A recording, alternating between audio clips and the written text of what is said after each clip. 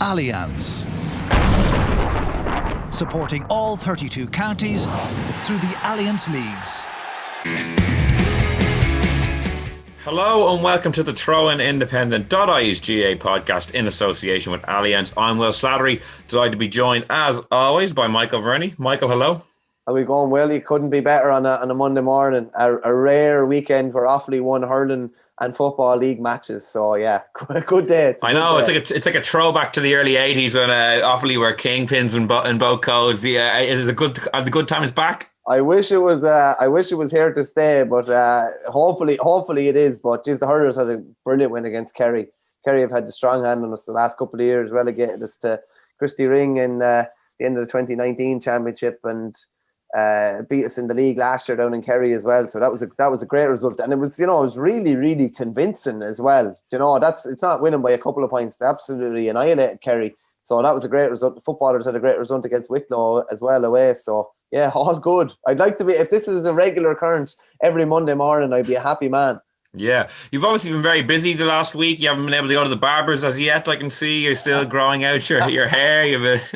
The problem is, like, the barbers are like the place I go in Barber's 21. You have an appointment and you have half an hour. Half an hour is just not enough for me. So this will have to be a special appointment outside of hours, because it said it could need the guts of about 2 hours for. Yeah, I think you need to get someone to come out to you. I think it's kind of a 2-person job. It'll probably take you a half a day's work at least, I think, with that growth. It might look a bit silly, but I'm actually happy enough with it, to be honest with you. Yeah, well, we're going to be joined by Dick Clerkin to discuss the football along with Conor, McKeon, and then Brendan Cummins a little later. Any kind of results jump out to you before we get into the lads? No, just it was Antrim were the focus of last week's conversation with the big win over Carlow, and while they didn't win down in Kilkenny, still had a very positive showing against going down there, and it was always going to be a big one going down to, it was outside of Thurles, the other home of hurling, really. So, but they put it up them and they hit 3 goals. I think from Kilkenny's point of view, it was putting up that, a big display like that and a big score without TJ Reid is a good sign for them, because the time is going to come in a couple of years when they don't have him and other guys are going to have to step up. So I'd say positives from both sides, but Antrim will be keen to try and take another scalp before the end of that, over the next 3 games, I'd say. And, they won't be far off taking another scalp. Yeah, we'll be talking more about the hurling a little later in the show, but first it's time to turn our attention to football, which returned over the weekend. I'm delighted to have Conor, McKeon and Dick Clerkin here with us. Guys, how are things? Well, great. Back talking football. Yeah, no, a welcome moment for sure. And Dick, we might start with what you were writing about in today's Irish Independent, and that was kind of reflecting on Kerry's devastating attacking display over the weekend, and obviously a health warning opening weekend of the league after a long layoff. But when you're inside forwards, the 3 of them have scored from play after, I think, 2 or 3 minutes. It's a statement of intent. Like, how big a moment is it early in the season to lay down a marker? Just, the 3-6 from David Clifford, his brother chipping in with a goal himself. Like, is it important, do you think, to kind of bury that Cork defeat as well and the way they maybe set up that day? Yeah, well, I think there's a couple of things different counties were looking at yesterday. Their own county, you want to get a start, want some sort of optimism and their own local interest, and different counties are coming into this year with a bit of baggage, others just with a bit of hope and building. But then equally, everyone wants to see a potential challenger to Dublin, right? We want a competitive championship. We want something to look forward to, because last year, let's be honest, aside from a few provincial upsets, it was fairly pedestrian and a formality for Dublin going through. So we don't want that. So Kerry give everybody, aside from the David Clifford show, a sign that, yeah, come August, there's a real challenge on the card. It's very hard to see a repeat of what happened against Cork last year if they show that intent from here on in. So I think that's really what grabbed my attention. It says, right, they've finally accepted that they've got all this talent up front. You got to use it. You got to get the ball in quick. You got to back your forwards, and if you keep scoring heavy, if you keep the ball on the right side of the field, the score will look after itself. Attacking makes your defensive job an awful lot easier. And I think Peter Keane, yes, he obviously tried to dampen it down and give out a few very obscure comments after the game. But listen, they went out of the tent, and there's a few scores in particular showed that. And Galway just not at the races. But listen, they're better than that, But Kerry, it's good to see they're as good as that, because that's what the game needs at the minute. Yeah, Conor, and I think you had the GA journalism moment of the week. I think bringing that Peter Keane quote to light. I think on social media is where I think a lot of people saw it. He was trying his best to beat Peter Keane after the game and downplay it as much as possible. And in a sense, he is right. Like there was maybe a slightly challenge match feel to the game at times, but when you rack up 421 and beat a Galway team who did have some big names playing themselves and beat them by 22 points, that's a huge way to start the season.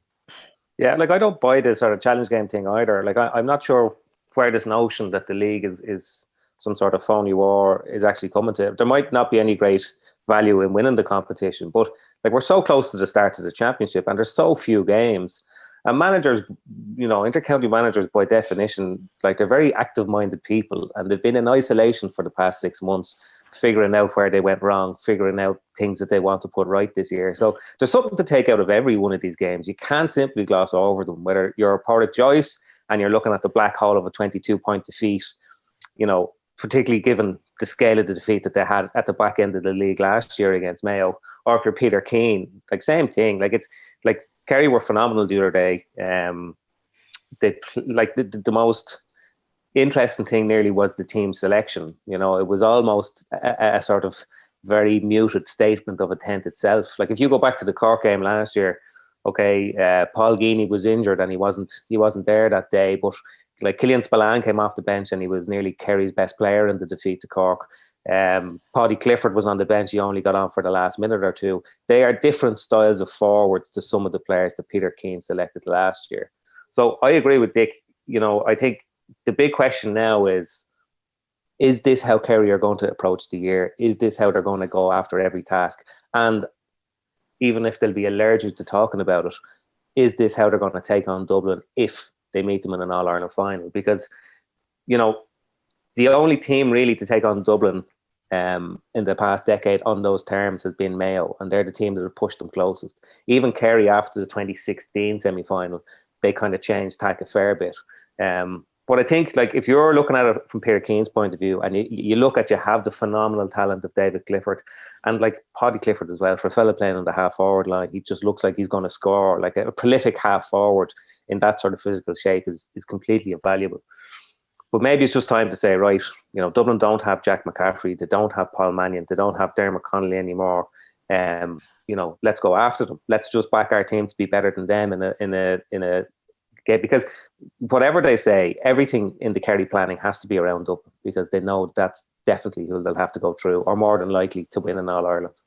And they play them this weekend as well. It sets up very nicely. But before we maybe look ahead to that game and maybe discuss Dublin Roscommon as well, Michael, just a word on Galway.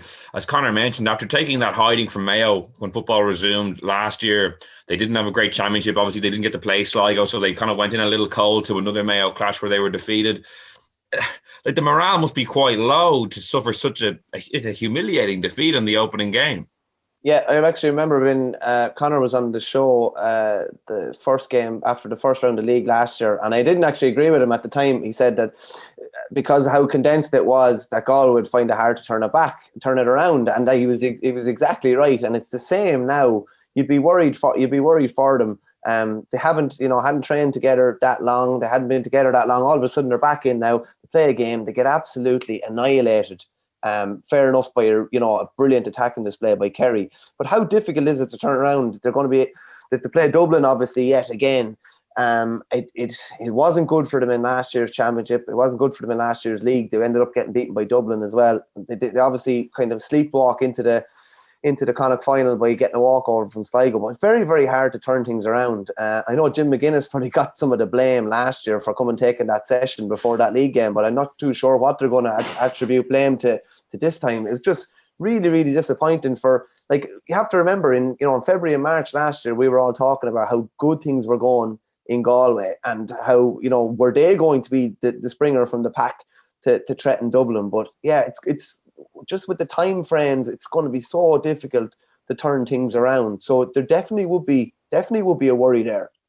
Yeah, I suppose one silver lining is Damien Conor back in the starting lineup, and that's very positive, obviously, but there's not many other positives to take from that. And Dick, I was looking to maybe some of the other games, Dublin Roscommon. not a whole lot maybe to draw from it. There was a few people in there that maybe people weren't expecting to see: Sean McMahon, Darren Mullen, Tom Lahiff, Michael Sheehan in goal.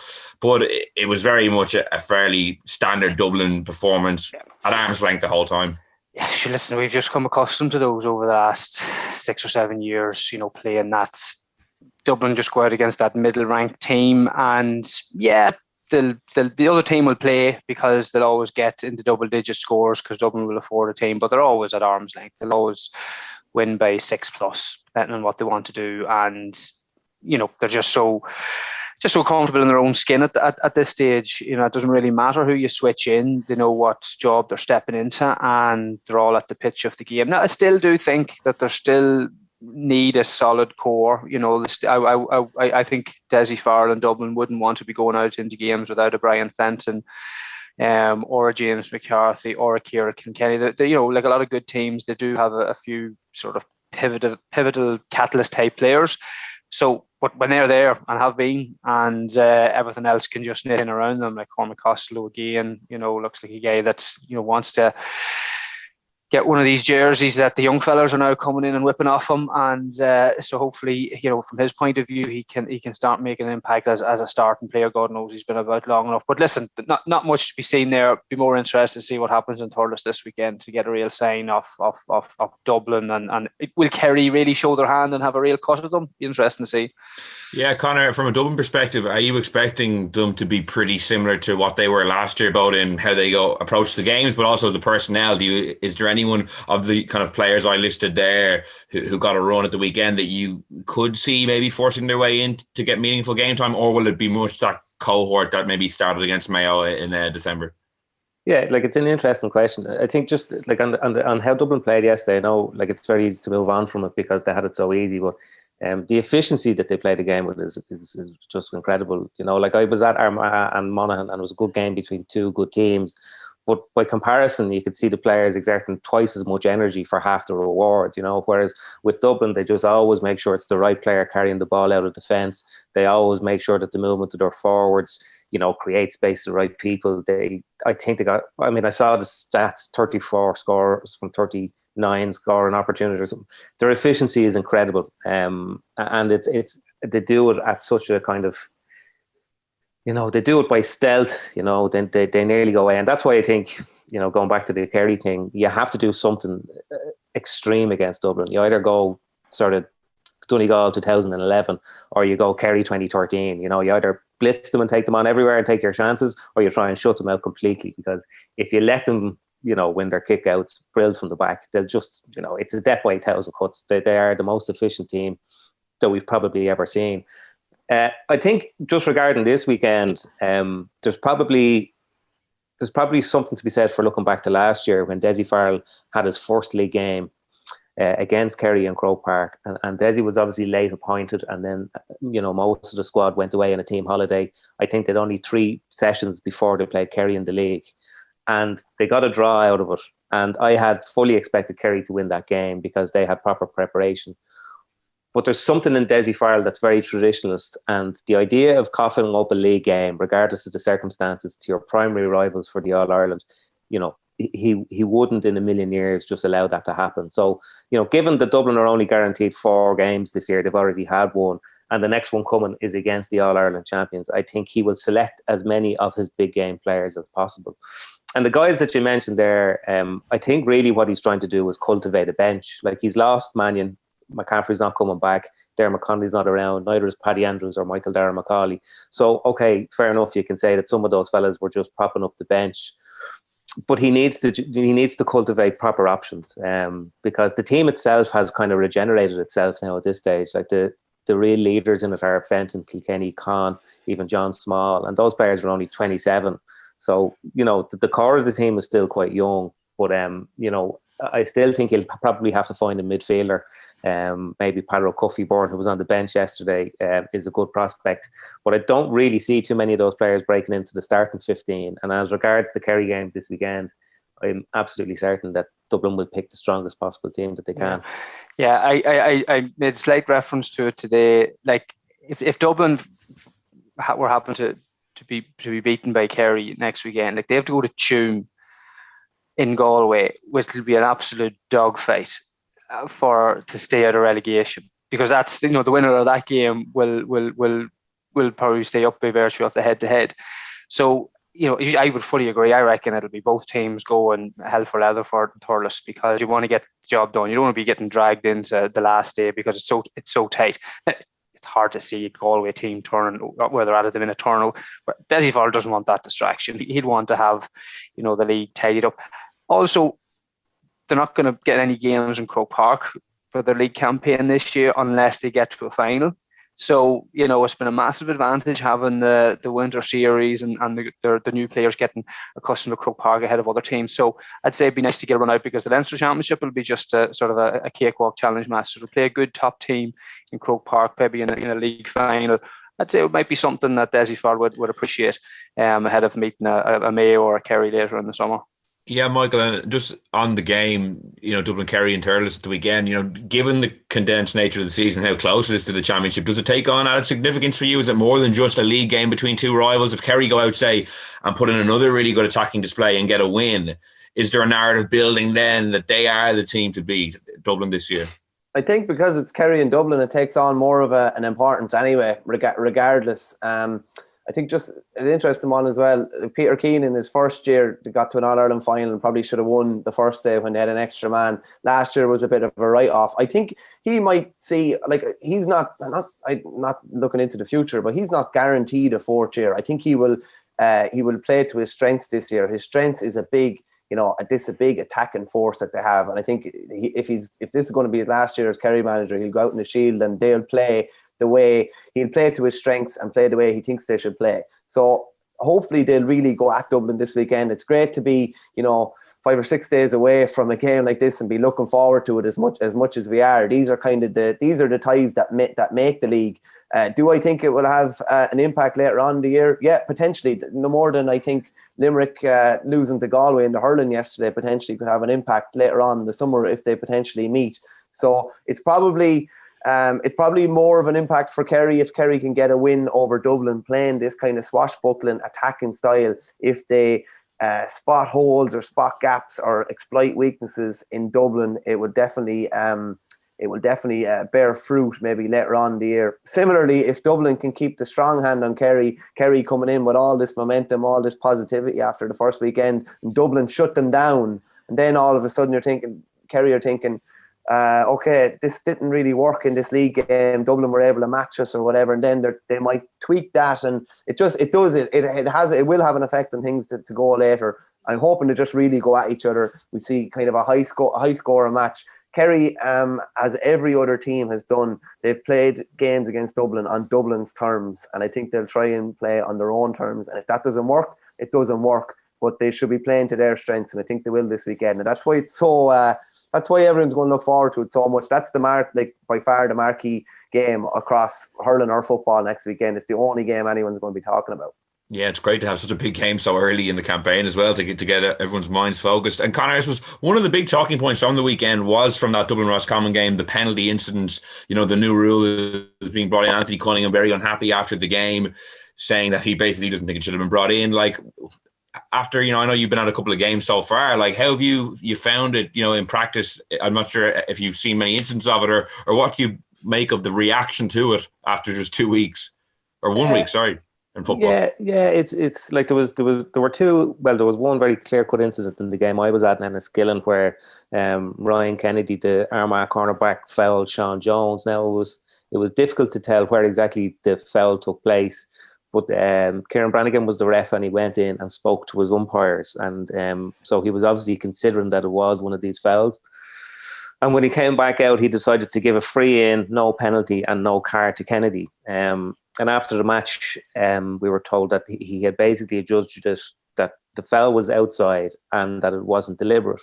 So like there's clear reasoning. But I think that the problem is here now, and Kieran McGeeney alluded to this afterwards, and this was really just about the general point.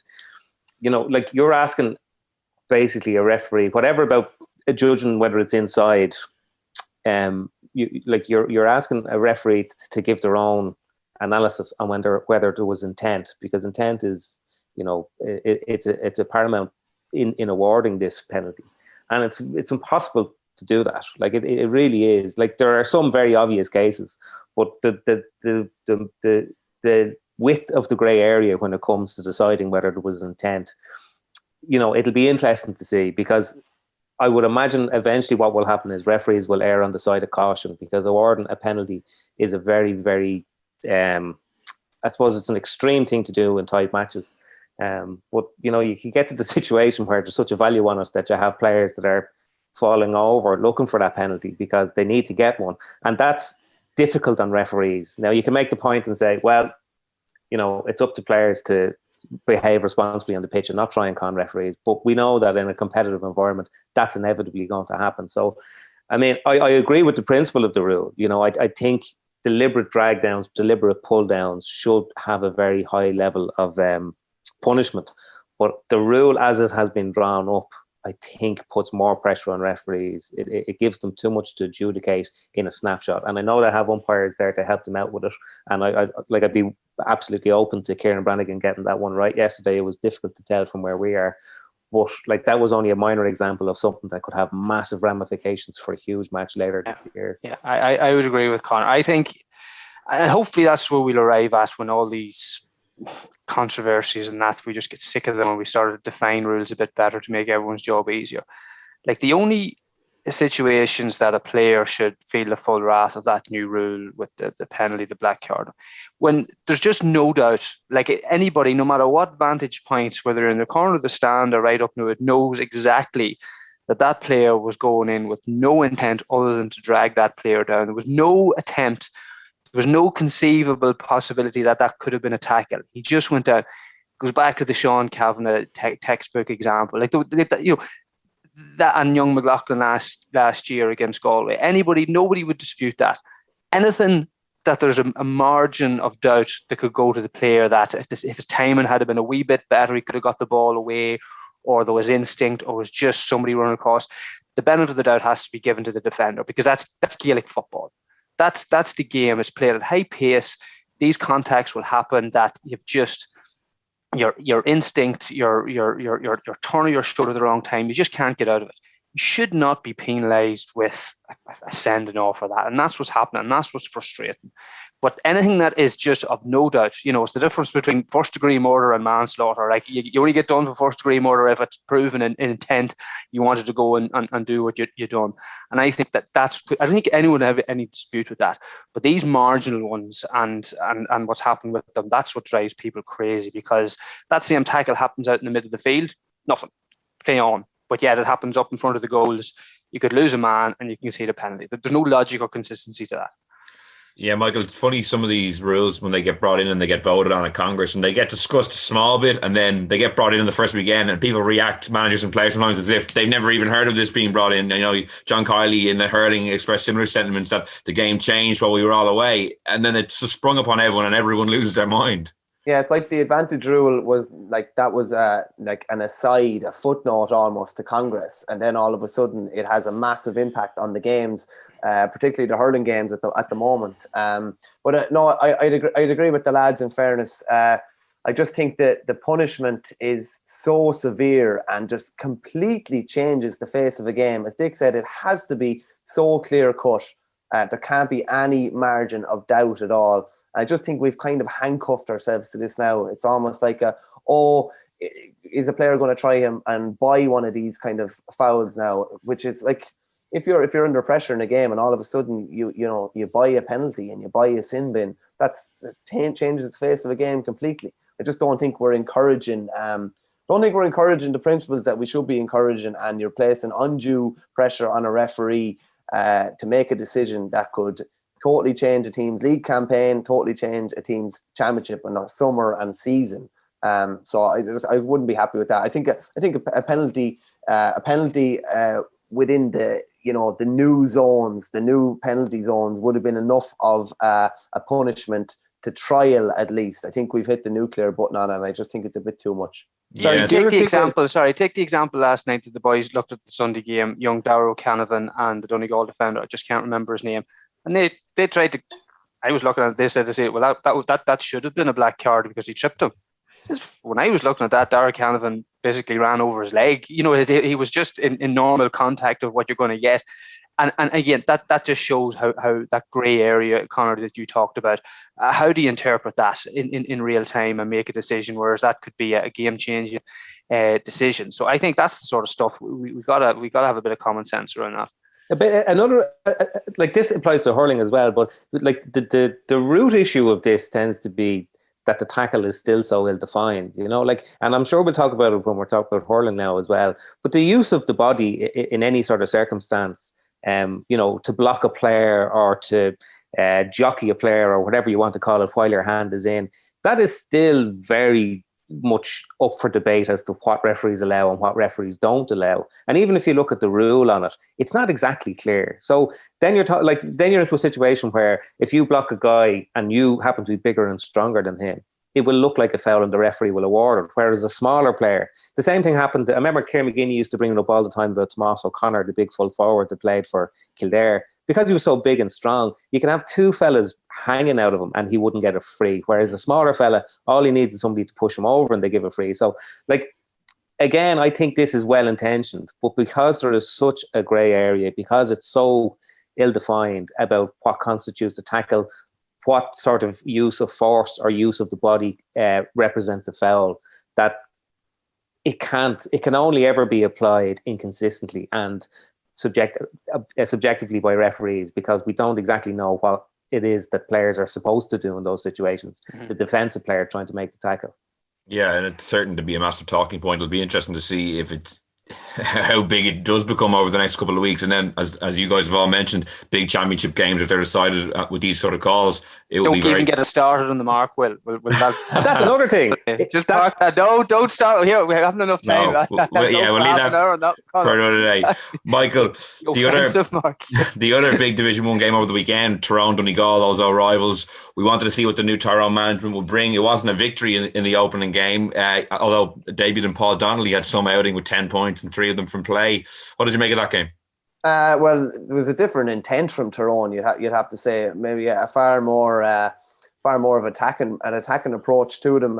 Maybe a more, I don't know if positive is the right word, but they did try to play a lot more positively, which is something maybe we hadn't seen, particularly in recent years, which I know was a frustration, because we would have always said that they have a couple of attackers that could be really dangerous, and maybe that some of the guys weren't being given the freedom to actually attack, and they were end up playing in defensive roles, and maybe there was more negative roles for them when they're positive, really good attacking players who can get in the scoreboard. So I think while they didn't win, at least we saw a lot more of that. It was like, at least if they're losing a game, they're kind of losing, going down, trying to play a more positive way. It's definitely, I thought it was easier on the eye anyway.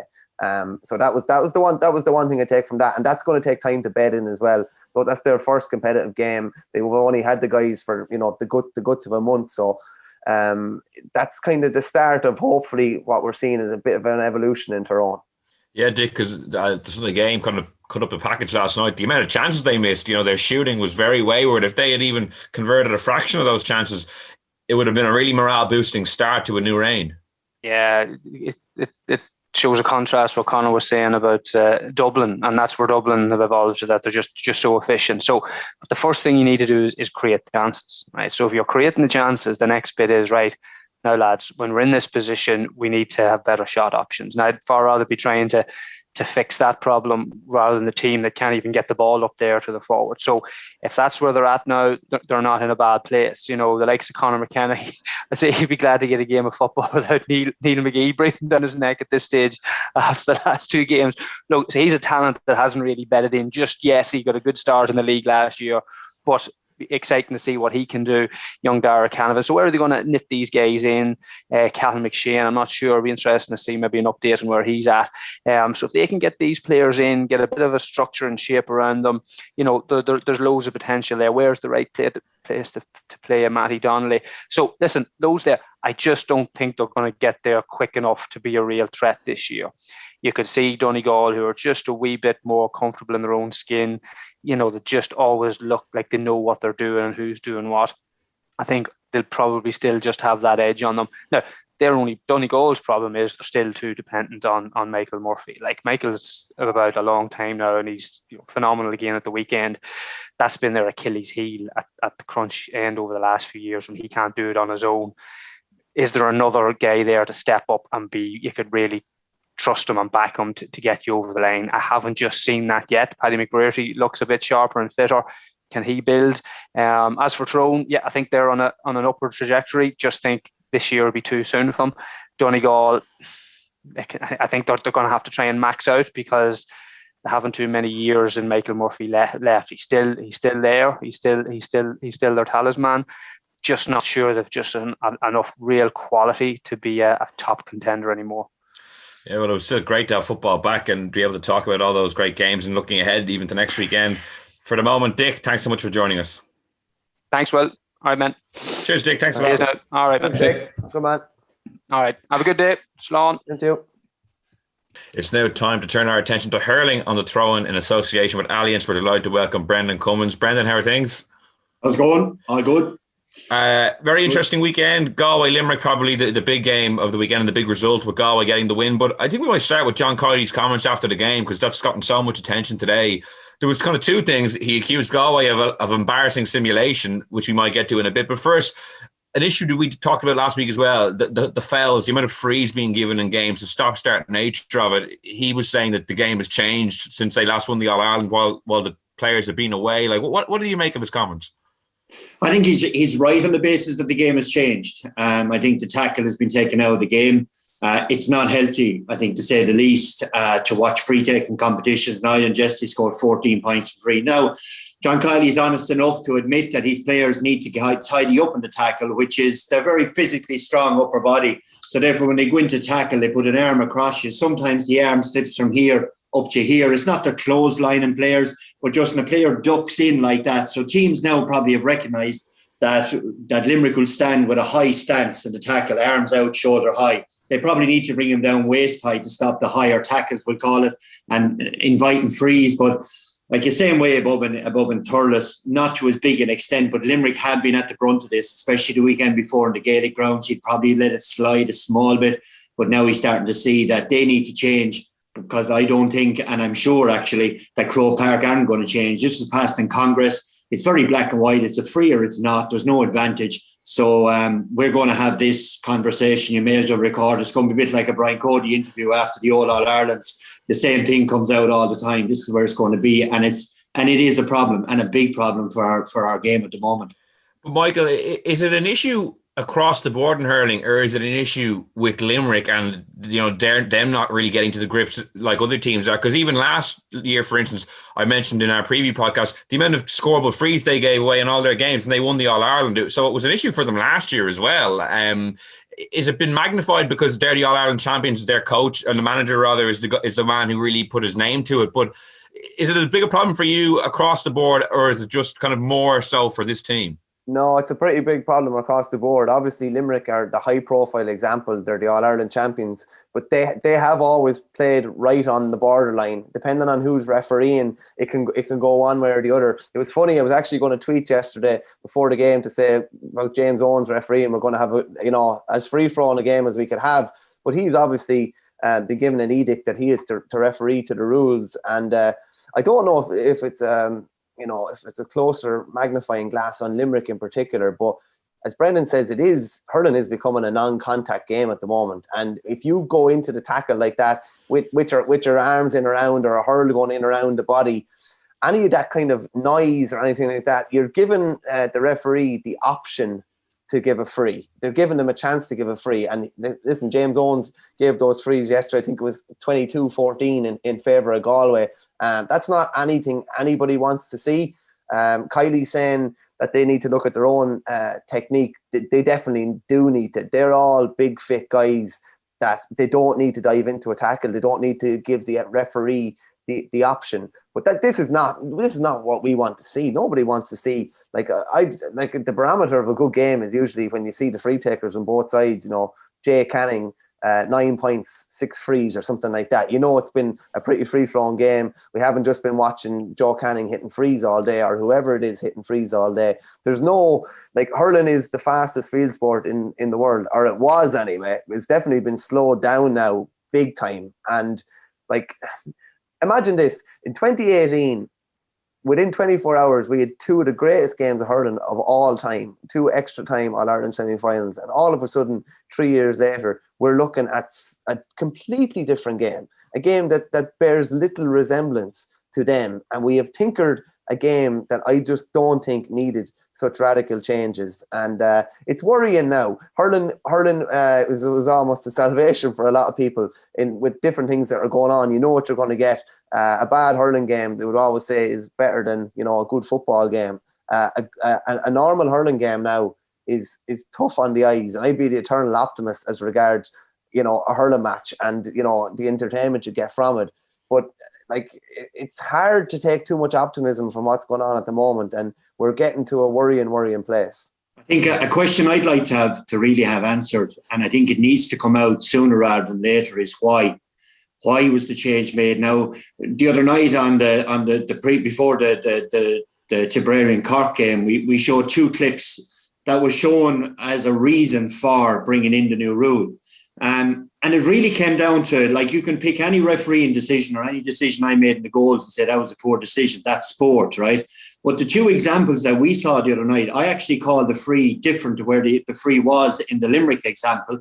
And the referee had an advantage. So why not give the advantage, give 5 seconds, and then call it back? And I think we'd all be happy that would be the case. And that was the way it was. But I don't want to stick it on referees either, to be fair to them, because they're in a stickier spot now. But who in the name of God decided that the game needed this to happen? And what basis did they make it on? The video certainly I saw the other day as the reason why, they just weren't, like, they didn't give a strong enough case to have this uproar, to cause this uproar. So my hope is that they'll come out, the GA, and say, look, lads, this is why, and give us a little PowerPoint presentation as to what the thinking was behind it, why it passed Congress, and then we might be able to see. But I don't see it happening, because I can't see any reason in the world why we've changed this. Like, it's mad stuff. Like.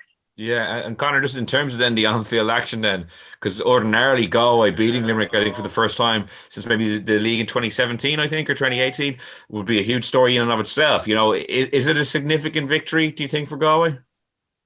I think it is, Will. Just, sorry, if you just don't mind, I might just, because it is a big issue, like, I watched, just to get as big a sample size like as possible for the debate, like, I watched Dublin and Laois on the GAA Go on Saturday as well.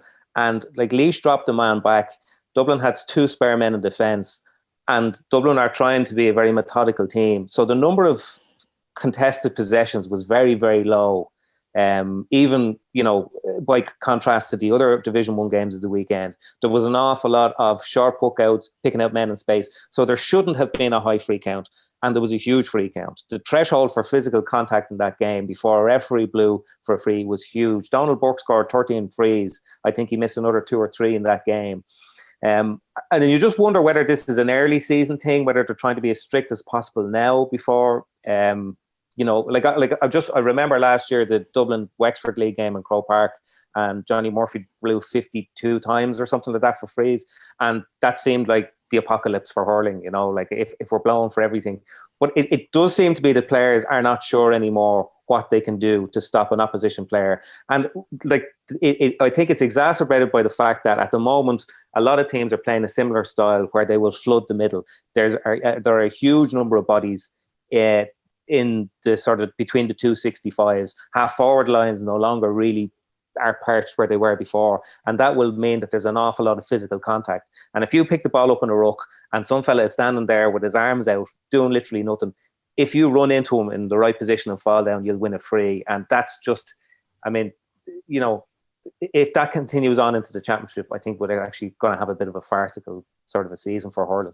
You would hope that the same thing that happened last year happens this year, where they let up on the severity of referees blowing for the free, but they've clearly defined it now. And, you know, you can't really blame referees because they're obviously being told that this is what is now a free. So, you know, like, something's going to have to give, because otherwise what we're going to have is has been said many times over the weekend already, glorified free-taking competitions. And as great and all as it is to watch fellas putting over the ball over the bar from their own 65, it happens so often now. There's such good ball strikers out there that it's actually not that sort of entertaining anymore. Yeah. Well, Michael, then on the Galway-Limerick game itself, you know, as I said to Conor, is it a significant victory for Galway? It's been overshadowed massively by the debate around how the game is going generally, but in and of itself as a match, is it important in your opinion?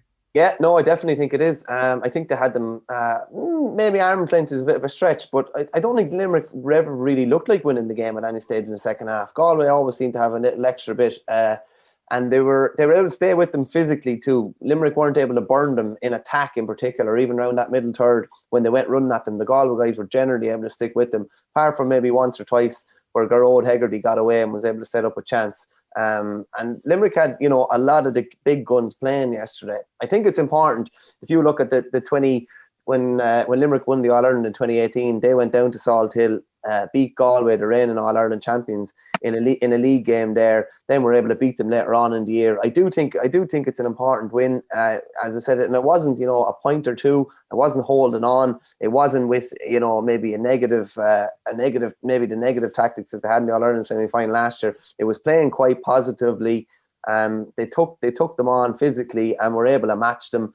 They made them look beatable. The fact that I actually, Kylie's comments, I think, are great for later on in the year, because I think there was a bit of needle between them yesterday, and there's going to be even more needle. Like, they are probably the top two at the moment. If they meet again, you know, John Kiley's essentially saying, you know, there was simulation on the Galway side. They're being managed by a Limerick man who he was on the Limerick squads with in the mid 90s. Like, there's bound to be a bit of tension there now as well. There's already tension between the players, so I do think it's bubbling up towards a really, really interesting meeting later on in the summer. Yeah, Brendan, like embarrassing simulation is what he basically called them embarrassing divers. You know, it's pretty strong words.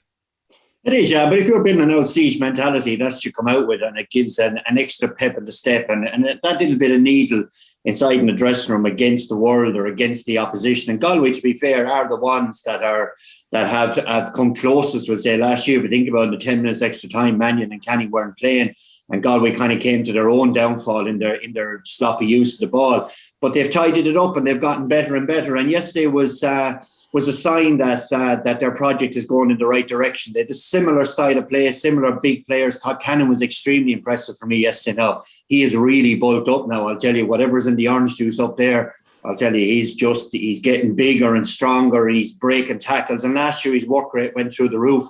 He looks like he's gotten hit a bit stronger now again, so he'll be standing up, wing backs coming out with the ball. But overall, yeah, when I watched the game, I didn't feel simulation roar now the television at me, to be honest with you, when Galway players. Now, I couldn't hear somebody going, ref, or Jesus, you know, this kind of stuff that you'd have. Like, I think now you're going to see a lot of that, and you'll hear a lot of that, because at the match when there's no crowd and all, because players will call for the free and they say, ref, he's holding me.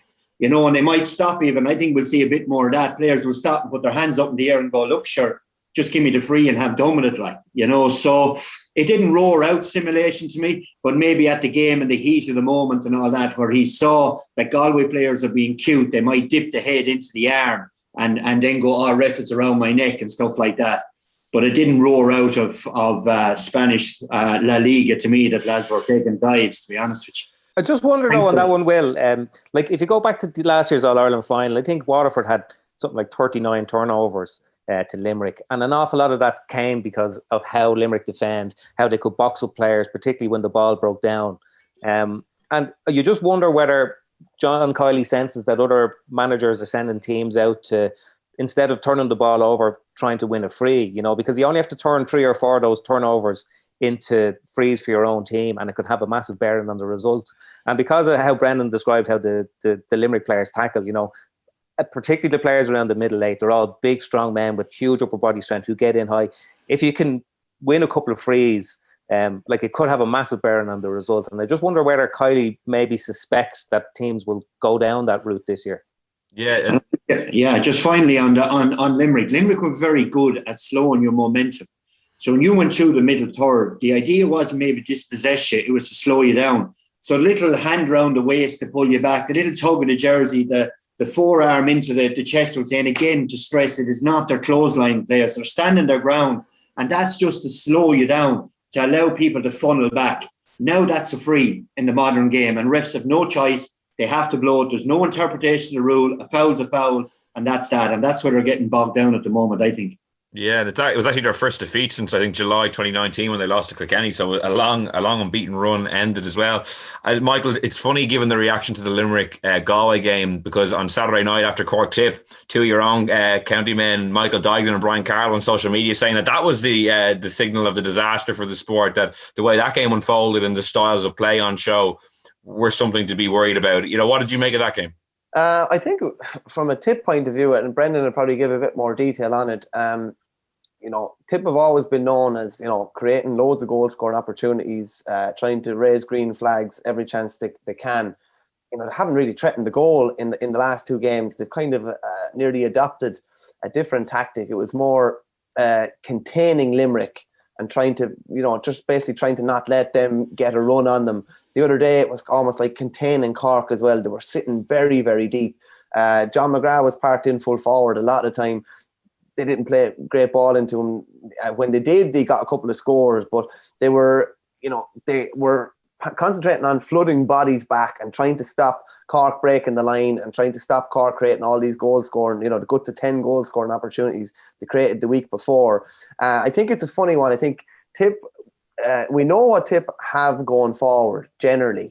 We wouldn't be 100% sure what they have at the back. I think they're trying to secure things at the back over the first couple of games of this league, and we'll eventually see their attack evolving back to what we know. That's my own opinion on it. Brendan, what do you think yourself? It is unusual to see a Tipperary team not even interested in goals. Yeah, I think what's happening is that if you think about the championship or the league, there's no challenge matches. So we're now seeing teams experimenting live on television. So if I'm Liam Sheedy, I want to see what happens when the opposition try to run the ball and how do I stop through the middle third. Now, normally I'd ring Wexford and say, come up and play us in a match. We'll play 3 25-minute thirds or quarters in the game, and we'll see what happens and we'll trial it.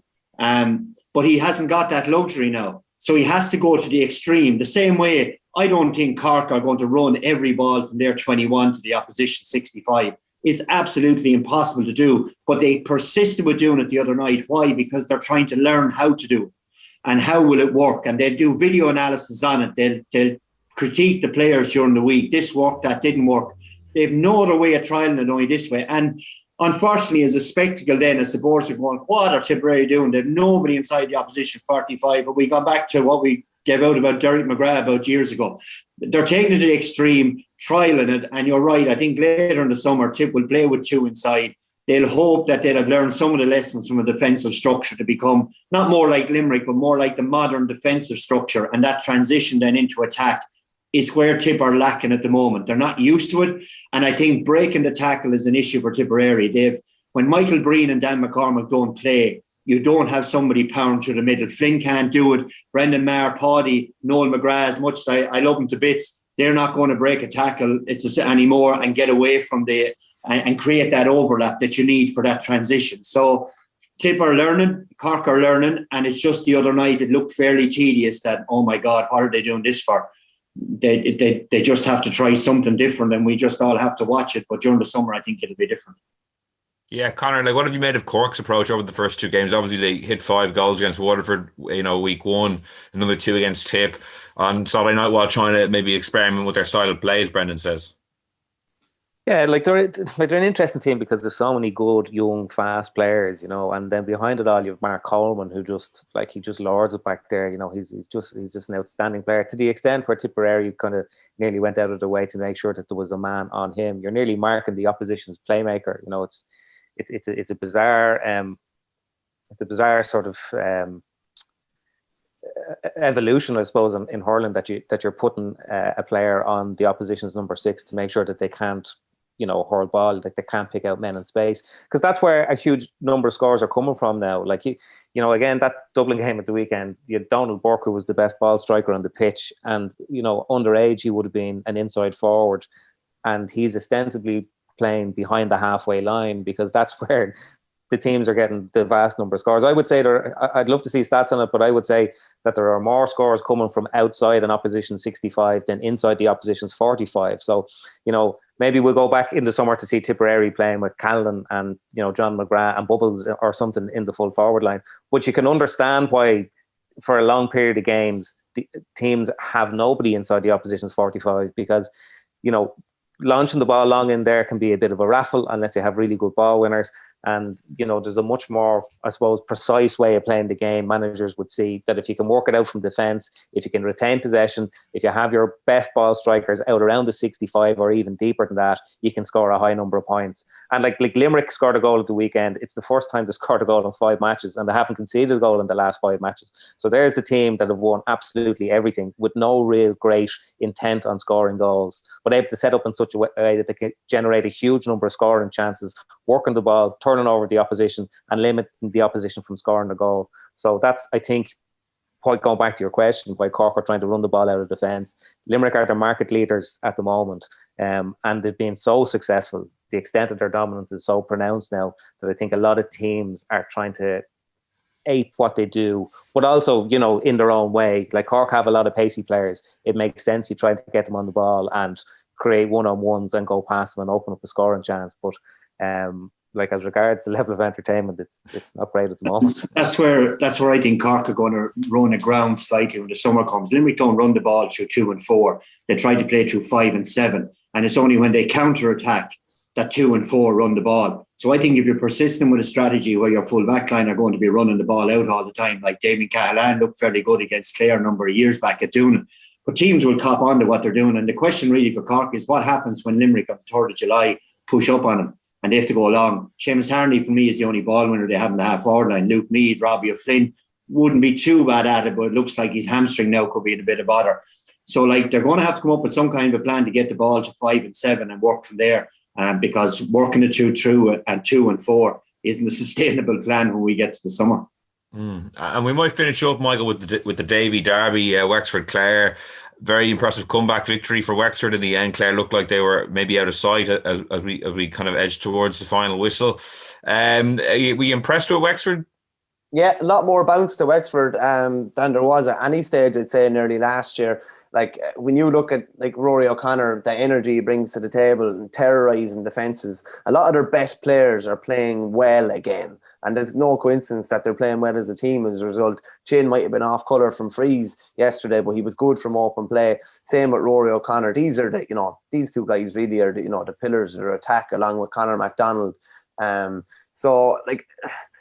You kind of nearly not feel sorry for Clare, but Clare had brought an awful lot to the table before Liam Kerry got sent off. And while Matt O'Hanlon was obviously off for the last couple of minutes of the game, having seen the line as well, the game did kind of turn a lot when Liam Kerry was showing the line. Wexford were able to break the line. I think they used the ball very smartly. They probably learned from not doing that well when they were beaten by Tipperary in the All-Ireland semi-final when they had an extra man. They were far smarter with the ball. The passes were an awful lot crisper. Everything was done a lot more precise. They were able to get through for 2 goals during that time as well. And that was really the difference. From Brian Lohan's point of view, there's probably a lot of doom and gloom in the past week since they came back, made that long kind of lonely journey back from Corrigan Park. But if you take into account the fact that they were missing Tony Kelly after the 28th minute, he was gone, their talisman, David McInerney, not back, Colin Galvin not back, Shane O'Donnell out as well. I think there were actually a lot of bright spots for them. And as in fairness to Milan said in his column on Saturday, they do have to try things during the league. It is an experimentation. I know it's very front and centre now, and teams will get critiqued an awful lot for doing different moves. But trying John Conlon at centre back and trying all these different things, that is what the league is for. And even trying Dermot Ryan at wing back has been a roaring success. He was absolutely brilliant the other day. They tried Aidan McCarthy in the inside full forward line, didn't work. Probably realised that he probably does need to be out around the field. He's learning all these things, and while they didn't get a result yesterday, there was an awful lot of bright spots from Clare, considering the personnel that they were missing. Yeah, Conor, like, what's your view on Clare? Obviously, the off-field stuff has generated a lot of noise, but as Michael mentioned in John Milan's column on Saturday, he kind of defended their, on-field capabilities or potential, that, he wouldn't write them off just yet. Like, where are you on that? Well, I think the league is going to be important for them now. Like, going back to what we said earlier, teams are experimenting, but it's very, very close to the start of the championship to simply just burn 4 competitive games, the only matches that you played in 6 or 7 months. Like, Clare have to go to Portlaoise next weekend. You'd expect them to win there, and I would expect them to win there. But then I think they have to go to Parnell Park, and like, nobody likes playing in Parnell Park. It's just it's not a good hurling pitch. Dublin enjoy playing there just because they're so used to it. But like, if they were to lose there, and then all of a sudden you're in a situation where you're heading into the championship on the back of those sort of losses, with all the rest of the negativity around the team, like, nobody can tell you except for the players themselves, what effect it's having on them. Even if it's having no effect on them, still losing to Antrim, losing to Wexford, and if they did lose to Dublin, that would be a very, very bad spring campaign. And I think they'd find it hard to turn around and have a good summer because, they look like it's a shame that Peter Duggan didn't come back. I'm not really sure what they're going to do with John Conlon this year. I think Shanahan gives them a really good sort of ball-winning dimension up front. And obviously, if Tony Kelly and Shane O'Donnell cut loose, they have all the bits and pieces that you need to be a really good team. But I just think that they're probably the one team that need to hit a bit of form, that need to pick up a couple of wins and show something before the championship starts. Otherwise, it's just going to be hard to flick it on. I don't think any team can do that. Not Limerick and certainly not Clare. Yeah, Brendan, I might give you the last word then on the two teams. What's standing out to you after the first 2 weekends? Well, from Wexford point of view, it was great to get the comeback and have the spirit and all that. I think Brian Lowe must think if he ducks, they'd drown, because at one stage coming down the home straight, I'd say he thought that I might be out the gap here. Great, we're going to get a win. There's a positive slant. I think training during the week in Clare had that extra bit of cut to it, so that will certainly be a help. I don't think John Conlon will last at centre back. I think he's going to struggle there. He can play another 3 matches there, but I think teams are going to target him, because if the centre forward goes up the pitch, he's obviously not going to follow him. So if the runners come down the middle, I'm not so sure if he's going to have the feet to be able to stop him. And as well as that, in the modern game, your number 6 is like Tom Brady. So like Mark Coleman showed the other night, Hannon does it. Tipperary, Seamus Kennedy is starting to get it a little bit, or Ronan Maher when he gets in that position. I don't see John Conlon doing that. But yeah, I think both, like, Clare will be okay. They have to beat Waterford. That's why John Milan, I think, in the column is being cute, because they play Waterford. The last thing he wants is to write something to say that Clare are absolutely bust, because it'll be blown up and put as wallpaper inside before they come out to play Waterford. But Clare are under the cosh a bit. They need to find an identity. At least the last time when Galvin and all were sitting back as sweepers, at least we knew what they were going to do. They need to find out quickly what they want to do and get that identity and stick to it. And Wexford, I think we know what they're able to do, and Davy will be happy enough that they showed unbelievable spirit to go to Ennis and pull a win, because that was probably one of the trickiest games they're going to have in the league, based on the intensity Clare were going to bring, having been smacked by Antrim the week before. So look, every team is learning on the job, as it were. Wexford know what they want to do. Limerick and Galway know what they want to do. I think Cork, Clare and Tipperary just have to catch up as to what they want to do, and they've only 3 more matches to show us. Well, I'd like to thank Conor, Michael and Brendan for joining me on the Throw On podcast this week in association with Allianz. We will be back next week with another podcast.